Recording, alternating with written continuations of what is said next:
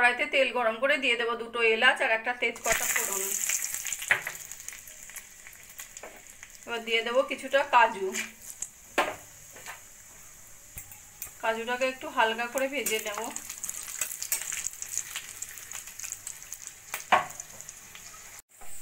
দিয়ে দেবো কিশমিশ।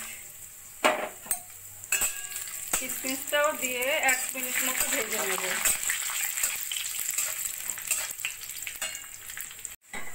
গোবিন্দভোগ চালের পোলাও করবো, সেই জন্য আমি চালটাকে 30 মিনিটের জন্য ধুয়ে ভিজিয়ে রেখে দিয়েছিলাম।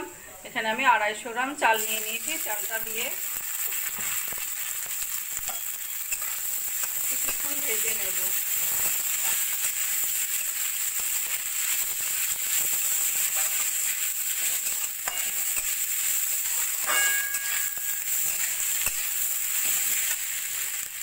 চালটাকে আমি 5 মিনিট মতো ভাজা ভাজা করে নিয়েছি। এবার দিয়ে দেবো আমি যতটা চাল নিয়েছি তার 3 গুণ জল।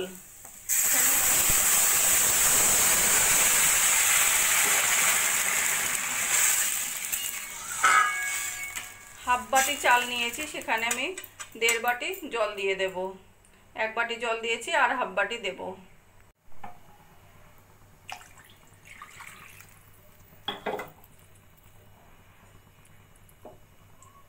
দিয়ে দেবো পরিমাণ মতো নুন।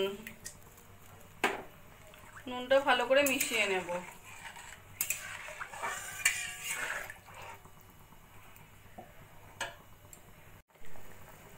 জলটা ফুটে উঠেছে, এবার আমি ফ্লেমটাকে মিডিয়াম করে রান্নাটা করে নেব।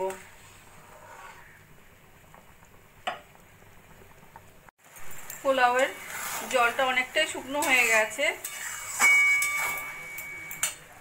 দিয়ে দেবো 1 চামচ চিনি আর সামান্য একটু গরম মশলার গুঁড়ো আর 1 চামচ ঘি।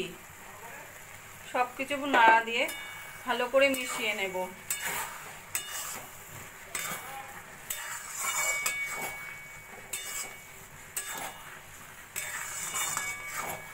মিশিয়ে নিয়ে গ্যাসটা বন্ধ করে ঢাকা দিয়ে রেখে দেবো 5 মিনিট মতো।